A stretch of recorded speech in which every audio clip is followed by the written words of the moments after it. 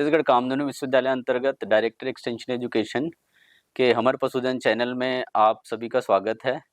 आज हमारे बीच प्रगतिशील सूकर पालक उद्यमी मिस ग्रेसी दुग्गा जो कि ग्राम किंजोली बकौन ब्लॉक बस्तर से उपस्थित हुए हैं।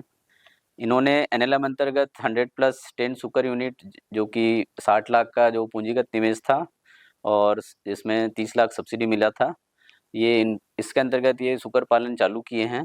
और वर्ष इनका थोड़ा सा इंट्रोडक्शन देना चाहूँगा। वर्ष 2022 में इन्होंने बीएससी एग्रीकल्चर देहरादून से करने के बाद सिविल सर्विस की तैयारी छोड़कर सुकर पालन को उद्योग के रूप में स्थापित करने के लिए इन्होंने पहले तो बहुत जगह ट्रेनिंग ली, जैसे एनआरसीपी कानापारा गुवाहाटी में जो है, तमिलनाडु, ओसर पंजाब से, और बहुत सारे जगह में इन्होंने फार्म विजिट करके सुकर पालन में उतरे हैं और बहुत अच्छे से काम कर रहे हैं। इन्हें वर्ल्ड वेटनरी डे 2026 में माननीय पशुपालन मंत्री छत्तीसगढ़ शासन के हाथों पशुपालक पुरस्कार से भी नवाजा गया है। मैं इनका स्वागत करता हूं। मैं चाहूँगा कि आप अपना शॉर्ट में परिचय दीजिए।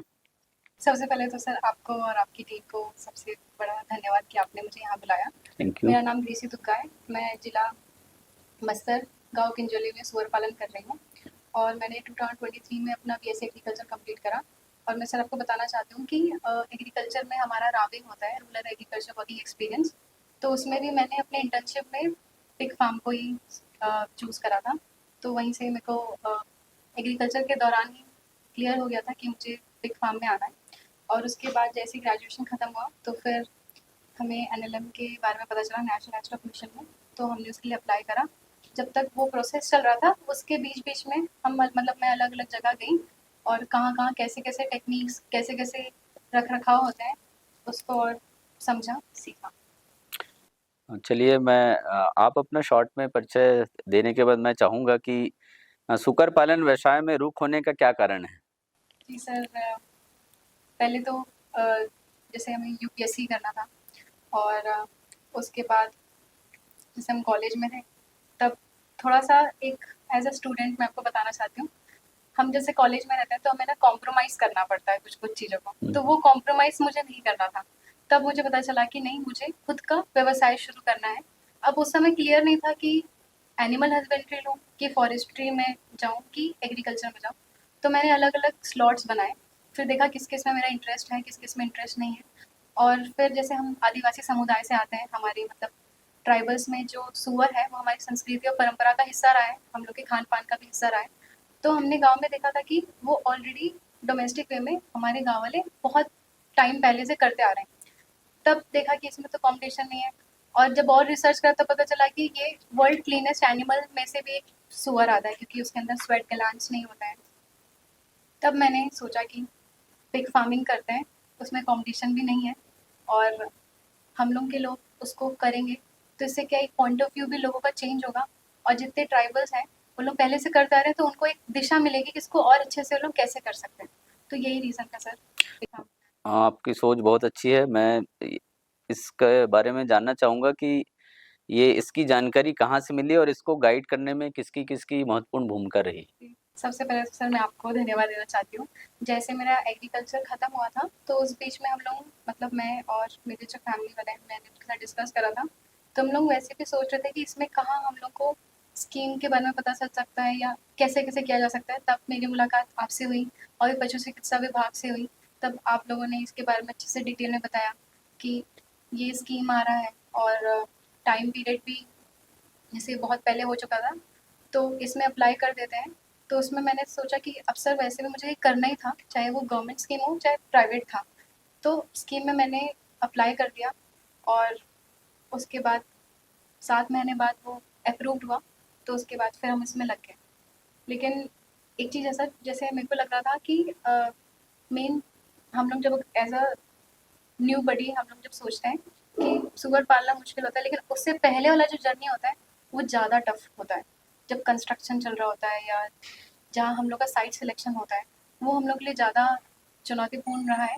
तो उसको हमने धीरे धीरे कर रहे हैं और आज भी करते आ रहे हैं। वो कोई भी व्यवसाय करें तो इनिशियल लेवल में जो आपका जो कैपिटल एक्सपेंडिचर ही सबसे ज़्यादा आता है और उसमें काफ़ी शुरुआत की जर्नी काफ़ी टफ रहती है। मैं आपसे एक जानना चाहूँगा कि भविष्य में सूकर पालन को आप कौन से स्तर पर ले जाने की इच्छा रखते हैं? जी। और आपने अपने फार्म में कौन से नस्ल के जानवर और क्यों रखे हुए हैं? अच्छा। सर जैसे हमारे फार्म का नाम है छत्तीसगढ़ पोर्क लाइन। इसका आंसर उसी में छुपा हुआ है। पोर्क लाइन इसलिए रखा ताकि पूरे छत्तीसगढ़ में जितने भी पिग फार्मर्स हैं, चाहे वो छोटे फार्मर्स हो या चाहे बड़े फार्मर्स हो, हम सबको एक दूसरे से कनेक्ट कर पाएँ। ताकि अभी जैसे हम इसमें और जैसे रिसर्च कर रहे थे, जैसे हमारे क्षेत्र के आसपास कि पहले करते थे, अब क्यों नहीं करते? तो लोग बोलते थे कि नहीं, बीमारी आ जाता है, सूअर मर जाते हैं, तो जो आदिवासी हैं उनके पास ऑलरेडी पैसे नहीं होते, तो लास्ट में जैसे वो पाल रहे हैं फिर आ गया तो अब हम क्या करेंगे? इसलिए हमने उसको छोड़ दिया, ऐसे वो बोलते थे। लेकिन जब पता चला कि सही समय को वैक्सीन नहीं देते थे इसलिए ऐसा होता था, तो इसको करते हुए फिर मैंने अलग-अलग ब्रीड के बारे में पढ़ा, जिसमें लार्ज व्हाइट है, ड्यूरॉक है, हेम्पशायर है। तो मेरे हिसाब से मैंने लार्ज व्हाइट इसलिए चूज़ करा सर, इसमें क्या है कि इसका जो एफसीआर रेशियो होता है वो 3:1 होता है, और लार्ज व्हाइट को उसके जो नंबर ऑफ लीटर्स हैं वो कंपैरेटिवली बाकी जो मदर है उससे थोड़े ज़्यादा होते हैं। और इसमें एक और चीज़ होता है सर, मदर का केयरिंग भी मैटर करता है। कुछ-कुछ ऐसे ब्रीड होते हैं जिसमें जो माँ है डिलीवरी के बाद एग्रेसिव हो जाती है। लेकिन जब हम लार्ज व्हाइट को चूज़ करेंगे वो थोड़ी-सी केयरिंग होती है अपने बच्चों के थ्रू। जैसे कुछ-कुछ क्या है, एट द टाइम ऑफ जब दूध पिलाते हैं तब हुँ। कभी-कभी वो क्या है, बच्चों को कुछ-कुछ माँ कुचल देती हैं, वैसे होती है। लेकिन लार्ज व्हाइट थोड़ी केयरिंग होती है। तो हम लोग जब उसको वीनिंग तक हमने देखा, तो वो अच्छे मात्रा में, वो नंबर ऑफ लीटर्स भी उसके अच्छे थे, ग्रोथ भी उसकी अच्छी थी, और जो मतलब जो वर्कर्स, जो भैया लोग वहाँ काम करते हैं, जो स्टाफ है मेरे, उनके ईज़ी टू हैंडल भी होने लायक हमने एनिमल रखा। क्योंकि वर्कर्स तो मतलब भैया लोग तो आप जानते हैं, स्टाफ आते हैं, जाते हैं, आते हैं, जाते हैं, तो उनको भी सेफ फील होना चाहिए, इसलिए हमने लार्ज व्हाइट चूज़ करा सर। कि मतलब आपको अपने भविष्य के हिसाब से आपने लार्ज व्हाइट जी, कैट चुना है और यस सर। उनके जो नस्ल की जो एक पर्टिकुलर मतलब फिजियोलॉजिकल कैरेक्टर और एक अच्छा पॉजिटिव यस। जो साइन रहता है उसके हिसाब से आपने चुना है। आने वाले टाइम पे सर हो सकता है, जैसे अभी तो हम लोग के लिए भी न्यू था, मेरे लिए भी न्यू था। अभी हम लोग को थोड़ा आइडिया हो चुका है कि कैसे हम लोग उसको कर सकते हैं। तो हो सकता है कि इन फ्यूचर हम दूसरे ब्रीड को भी लेकर आएँ और उसका भी हम थोड़ा-सा ट्रायल करें कि ये कंपैरेटिवली, क्योंकि प्रैक्टिकल करना भी ज़रूरी है। तो उसके हिसाब से फिर मैं आपको आगे हुँ, इन्फॉर्मेशन। हुँ। जैसे मैं आपसे अगले सवाल में पूछना चाहूँगा कि एनएलएम स्कीम में आपको विश्वविद्यालय एवं पशुपालन विभाग शासन द्वारा क्या योगदान रहा है और अभी क्या सहयोग मिल रहा है? सर जैसे स्टार्टिंग से जैसे जो डीपीआर है और जैसे हमको फाइल कैसे अपलोड करना है, कैसा है, सारा पशु चिकित्सा विभाग की जो टीम है उनके द्वारा ही हम लोग ने बहुत अच्छे से कराया। और एक एक चीज़, जैसे कब कहाँ पे स्कीम अटकी हुई है, जैसे हम लोग बैंक वालों से बात करते हैं, तो जैसे बैंक वाले हमारे जब नहीं सुनते हैं या मतलब ठीक से समझ नहीं पाते, तो फिर हम क्या करते हैं कि हम सेंट्रल, मतलब आपके द्वारा हमने कनेक्ट करवाया, फिर आपने उनसे बात मतलब करा कि हाँ ठीक है, ऐसा सच में स्कीम, क्योंकि उनकी भी गलती नहीं, बहुत सारी स्कीम आती हैं, तो थोड़ा सा ऐसा होता है कि उनको भी उस टाइम पे उनका नॉलेज नहीं रहता।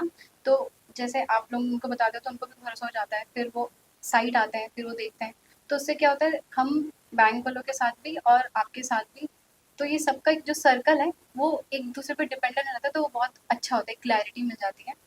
और जैसे कहाँ पे स्कीम अटकी हुई है और हमको और कौन से डॉक्यूमेंटेशन में हम कमी रख रहे हैं, उस चीज़ को फिर हम लोग दोबारा जाते हैं और हम उसको करेक्ट करके दोबारा अपलोड करते हैं। तो ये सब चीज़ में इस पूरे जर्नी में स्टार्टिंग में तो सर मेन डॉक्यूमेंटेशन ही है, उसके बाद बाकी चीज़ आती है, हुँ। तो उसमें बहुत अच्छे से सही होता है। हाँ, और एक बार आपका फार्म चालू हो गया तो आपको रूटीन में ही वेटनरी सर्विसेज़ की ज़रूरत जी, पड़ती है। Yes sir. मैं आपसे एक जानना चाहूँगा कि पशुपालन को व्यवसाय के रूप में अपनाने के लिए आप युवाओं को क्या संदेश देना चाहेंगे? सर अ, पशुपालन, मैं तो सबसे पहले ये बोलना चाहूँगी कि कोई भी युवा होंगे, उनको पहले अवेयरनेस होना चाहिए आस-पास की चीज़ों का, कि उनका लोकेशन कहाँ पे है, आस-पास का मार्केट कैसा है। पहले मार्केट देखकर उनको डिसीज़न लेना चाहिए। जैसे हम लोग ने, मतलब मैंने पहले मार्केट देखा कि हाँ, वहाँ पे गैप था, तो मैं इसमें एंटर करी। तो अगर वो इसमें आएँगे तो बहुत अच्छा है, अगर वो सूअर पालन में आना चाहते हैं। अगर शुरू से शुरू करना चाहते हैं तो लार्ज वाइट को चूज़ कर सकते हैं। हम लोगों का जैसे कॉन्सेप्ट है कि हम जैसे पैटर्निंग निकालते हैं, वो हम लोग सामने वाले के लिए इसलिए निकालते हैं सर, क्योंकि ब्रीडिंग में क्या है, थोड़ा-सा समय लग जाता है। जैसे 7 महीना हमने बड़ा करा, फिर 3 महीना हमने मतलब उसका गेस्टेशन पीरियड जब चल रहा है, वैसा। तो उसको कम करने के लिए हम लोग, जैसे हम, मेरे पास भी जो लोग आते हैं उनको मैं बोलती हूँ सर कि आप इसको 2 महीने पालिए। आप देखिए कि आप उसमें इंटरेस्ट ले रहे हैं कि नहीं ले रहे हैं। और युवा को अगर कोई सा भी अगर पिग फार्मिंग में जाना है तो पहले एक्सपोज़र लेना बहुत ज़रूरी है। उसमें रह उस एनवायरनमेंट में ढलना, आस-पास में रहना कि उसमें वो रह सकते हैं कि नहीं। अगर उनको आ गया तो इससे बहुत अच्छा स्कोप है सर। और मैं तो लोगों को बोलती हूँ कि सूअर पालन में आओ और बहुत अच्छे एनिमल्स हैं। इनका बस क्या है ना, थोड़ा-सा एनलार्जमेंट है, दिखते थोड़े बड़े हैं, तो लोगों को लगता है कि ये नहीं बहुत मतलब मुश्किल है इनको हैंडल करना। लेकिन इनको हैंडल करना बहुत आसान है। एक बार जब हम खाना दे देते हैं या हम इनको बता दें कि इधर जाना है, तो वो उधर ही एरिया उतने एरिया में रहते हैं। तो वैसा है। चलिए बहुत बहुत धन्यवाद आपका। जय जोहार, जय छत्तीसगढ़।